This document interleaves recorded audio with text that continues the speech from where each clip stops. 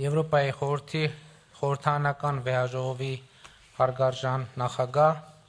հարգարժան գլխավոր քարտուղար,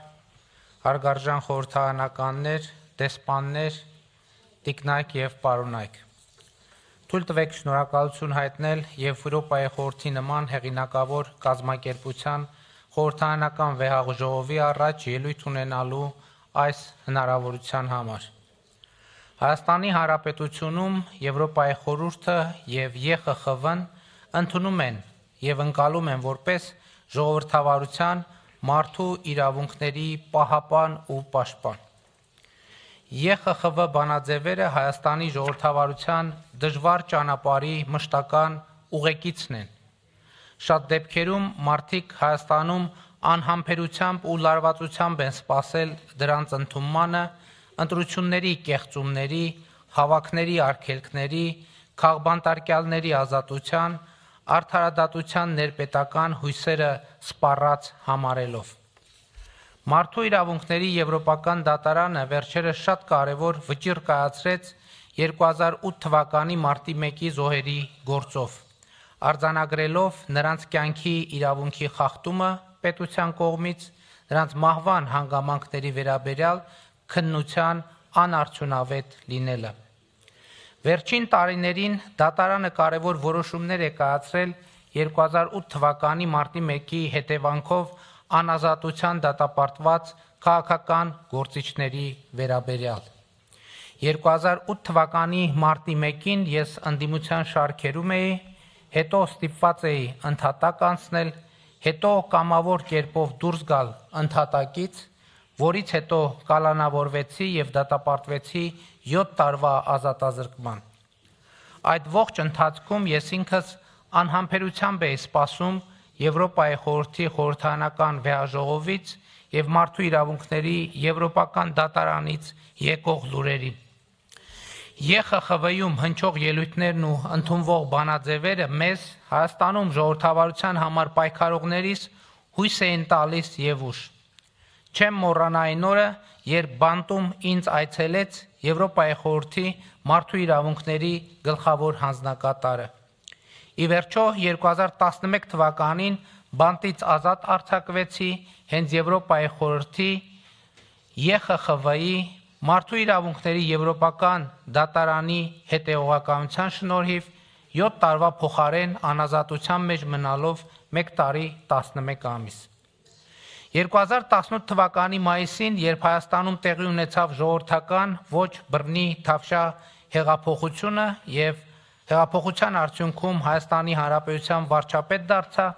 մարդու իրավունքների Եվրոպական դատարանը իմ գործով դեռ վճիռ չէր կայացրել եւ շարունակում էի անհամբերությամբ սպասել դատարանի վճռին, ում դիմել էի դեռ 2010 թվականին։ Վարչապետի պաշտոնում ինձ համար մի այդ վճիռը ավելի մեծ կարևորություն ստացավ, որովհետև Միեդը, եթե որոշեր, որ 2009 թվականին Հայաստանում իմ դեմ կայացված դատավճիռը անարդար էր, դա իմ գործը վերանայելու այնպիսի հիմք կտար, որ ոչ ոք չէր կարողանա ասել, թե վարչապետի իմ կարգավիճակի պատճառով է, որ նման վճիռ է կայացվել, եւ արդարությունն ու արդարադատությունը կլինեին լեգիտիմ։ Եվ բարեբախտաբար այդպես էլ եղավ։ Միեդի վճիռը լիովին լեգիտիմ եւ անառարկելի դարձրեց իմ հետագա արդարացումը Հայաստանի դատարանում։ Այս նույն ձևով արդարացվեցին նաեւ Հայաստանի բազմաթիվ այլ նախկին քաղբանտարկյալներ։ Այս ամենը ասում եմ ոչ միայն կամ ոչ այնքան իմ շնորհակալությունը արտահայտելու, որքան ի ցույց դնելու համար, որ Եվրոպայի խորհուրդը եւ նրա կառույցները Հայաստանի պետական ինստիտուտների օրգանական շարունակությունն են։ Ես ու բազմաթիվ մարդիկ Եվրոպայի խորհուրդը եւ նրա ինստիտուտները օտարերկրյա կազմակերպություն չենք համարում։ Եվրոպայի խորհուրդը մեր կազմակերպությունն է, մեր ժողովրդավարության կարևորագույն ինստիտուտներից մեկը, որովհետև մենք նրա լիարժեք անդամն ենք։ Այդպիսին են նաև Եվրոպայի խորհրդի խորհրդարանական վեհաժողովը, մարդու իրավունքների Եվրոպական դատարանը, Վենետիկի հանձնաժողովը։ Մեր անդամակցությունը Եվրոպայի խորհրդին մեզ ավելի մեծ վստահություն է տալիս ժողովրդավարական բարեփոխումներ իրականացնելիս, որովհետև գիտենք, եթե սխալվենք, կա մեզ հարազատ մեր կազմակերպությունը, որը մեզ կհազանգի այդ մասին, կօգնի մեզ գտնել ճիշտ ուղղությունը ժողովրդավարության ցավոք գնալով ավելի դժվար դարձող ճանապարհին։ Եվրոպայի խորհուրդը մեր տունն է, որտեղ մենք հասցենք ստանում, որտեղ որպես ժողովրդավարական պետություն։ Լինելով փոքր երկիր, մենք այստեղ մի մեծ, գեղեցիկ եւ լուսավոր ընտանիքի մաս ենք դառնում, որտեղ մարդը ամենակարևոր արժեքն է, որտեղ մարդը նպատակ է եւ ոչ թե միջոց։ Այս ընտանիքը կարևոր է մեզ համար։ Եվրոպայի խորհուրդը մի տեղ է, որտեղ մենք կարող ենք կիսվել մեր հաջողությունների ուրախությունը ու պատմել մեր անհաջողությունների մասին, լսել ուրիշների հաջողությունների պատմությունը, դրանցով ոգևորվելու համար եւ ուրիշների անհաջողությունների պատմությունները դրանք չկրկնելու համար։ Եվրոպայի խորհրդի խորհրդարանական վեաժողովի հարգարժան նախագահ, հարգարժան գլխավոր քարտուղար, հարգարժան ներկաներ, ես ինձ հետ ԵԽԽՎ եմ բերել թե հաջողությունների, թե անհաջողությունների պատմություններ։ Չնայած երբեմն այդ պատմությունները սերտորեն կապված են իրար հետ եւ հաճախ դժվար է գտնել այն կետը, որտեղ հաջողությունը ավարտվում է, անհաջողությունը սկսվում։ Ուրախ եւ հպարտ եմ ԵԽԽՎ-ին զեկուցել, որ 2018 թվականի ժողովրդական ոչ բռնի Թավշյա հեղափոխությունից ի վեր իշխանությունը Հայաստանում որևէ ընտրություն կեղծելու փորձ անգամ չի արել։ Այս ընթացքում տեղի են ունեցել 2 խորհրդարանական ընտրություններ եւ թիմ ընտրություններ Հայաստանի բոլոր համայնքներում, որոշ տեղերում նույնիսկ 2 անգամ։ 2018 եւ 2021 թվականների համապետական խորհրդարանական ընտրությունները միջազգային հանրության կողմից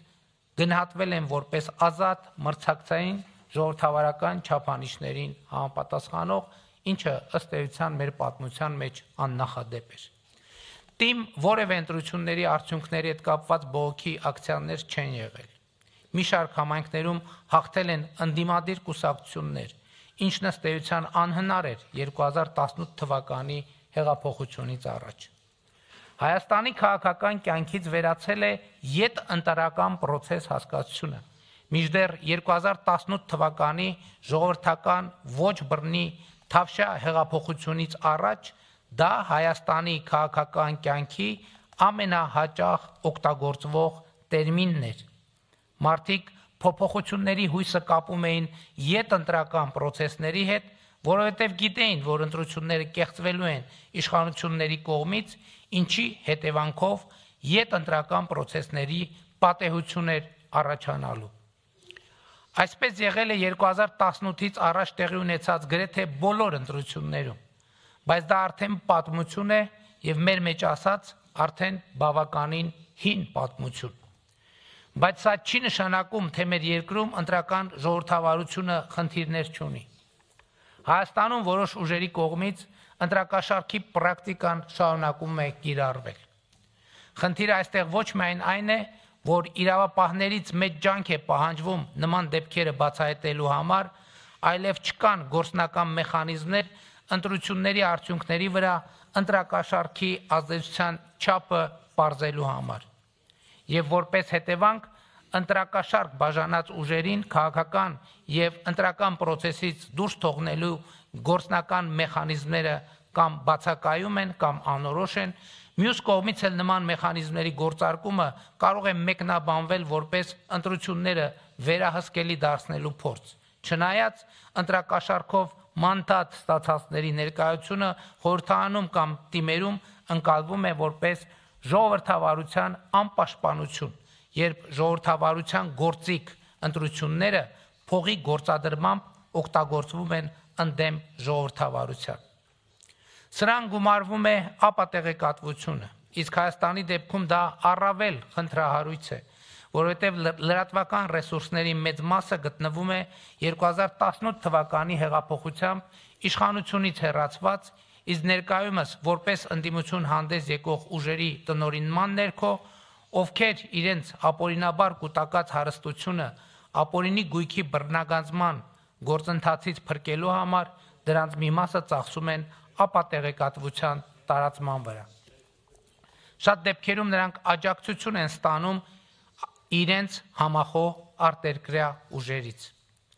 Ապատեղեկատվության այս արշավի դեմ գործնական միջոցների ձեռնարկումը կարող է մեկնաբանվել որպես խոսքի ազատության սահմանափակման փորձ, իսկ գործողությունների բացակայությունը դիտարկվում է որպես ժողովրդավարության խեղճություն, անպաշտպանություն, երբ ժողովրդավարության գործիք խոսքի համացանցի ազատությունը փողի գործադրմամբ օգտագործվում է ընդդեմ ժողովրդավարության։ Նման իրավիճակների թվարկումը դեռ կարող եմ շարունակել, եւ սրանք խնդիրներ են, որոնց մի մասը գոյություն ունի ոչ միայն Հայաստանում։ Ժողովրդավարության դեմ հիբրիդային հարձակումները ժողովրդավարական երկրների առանցքային մարտահրավեր են դառնում։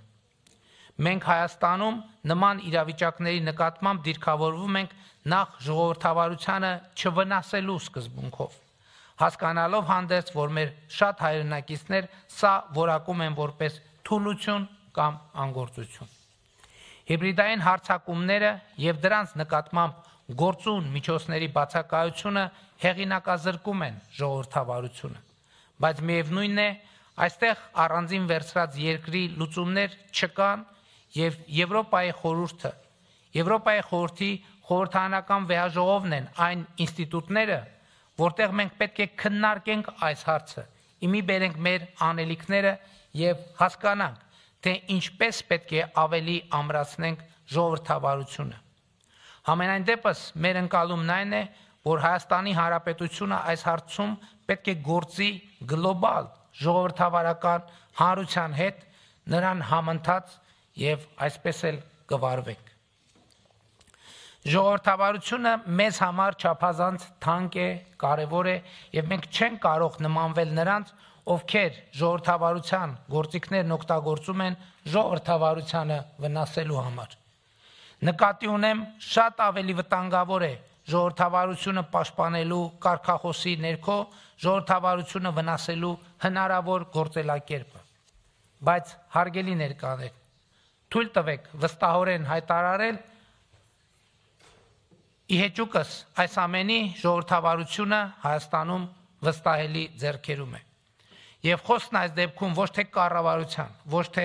կառավարող մեծամասնության, ոչ թե քաղաքացիական հասարակության, այլ ժողովրդի մասին է, Հայաստանի Հանրապետության քաղաքացիների։ Ժողովրդավարությունը քայքայելուն ուղղված այն գործիքները, որոնք հենց նոր թվարկեցի, բոլոր այդ գործիքները կիրառվեցին Հայաստանում ժողովրդավարության համար թերևս ամենախոցելի շրջանում 2020 թվականի 44-օրյա պատերազմից անմիջապես հետո, երբ Հայաստանում խորը քաղաքական ճգնաժամ էր առաջացել։ Ավելին, ինչ որ առումով 44-օրյա պատերազմը հիբրիդային պատերազմի մաս էր, որի թիրախում Հայաստանի պետականությունն էր, Հայաստանի անկախությունը։ Բայց գիտեք, հենց ժողովրդավարությունն էր, որ բառից բուն իմաստով փրկեց Հայաստանի պետականությունը ու անկախությունը։ Պատերազմը եւ դրան ուղեկցող ապատեղեկատվությունը այն գործիքներն էին, որոնցից օգտվելով հակաժողովրդավարական ուժերը մեզնից պահանջում էին պարզապես իշխանությունը հանձնել իրենց։ Մենք ասացինք, որ ժողովրդից ստացած իշխանությունը չենք կարող հանձնել որևէ մեկին, այլ կարող ենք միայն ժողովրդին վերադարձնել։ 2001 թվականի ապրիլին ես հրաժարական տվեցի, արդյունքում լուծարվեց երկրի խորհրդարանը եւ մենք ունեցանք արտահերթ խորհրդարանական ընտրություններ սահմանային էսկալացիաների, Հայաստանի ինքնիշխան տարածքների օկուպացիայի եւ տեղեկատվական ահաբեկչության պայմաններում։ Ոչ ոք չէր հավատում, որ մեր քաղաքացիական պայմանագիր կուսակցությունը կրկին կստանա ժողովրդի վստահության քվեն։ Բայց ժողովրդական ոչ բռնի թավշյա հեղափոխությունն առաջնորդած քաղաքական ուժը ոչ միայն կրկին ստացավ ընտրողների մեծամասնության քվեն, այլև ձևավորեց սահմանադրական մեծամասնություն։ Սա տեղի ունեցավ մի հիմնական պատճառով։ Ժողովուրդը հասկացավ, որ այդ ընտրությունն է, որ երաշխավորելու է իր ժողովրդի իշխանությունը Հայաստանում։ Այսինքն ժողովուրդը մեզ մանդատ տվեց իր իշխանությունը եւ ինքնիշխանությունը, անկախությունն ու պետականությունը պահպանելու համար եւ կարող եմ միանշանակ եւ աներբա արձագանքել, որ այսօր այո, իշխանությունը Հայաստանի Հանրապետությունում պատկանում է ժողովրդին, ով Հայաստանում ժողովրդավարության երաշխավորն է, եւ Հայաստանի Հանրապետությունն այսօր ավելի անկախ է, քան երբևէ, ավելի պետություն է, քան երբևէ, ավելի ինքնիշխան է, քան երբևէ, ավելի ժողովրդավար է, քան երբևէ։ Բայց 2021 թվականի արտահերթ խորհրդարանական ընտրություններում մեկ այլ բան նույնպես տեղի ունեցավ։ Ժողովուրդը իր սեփական նախընտրական ասելիքը ձևավորեց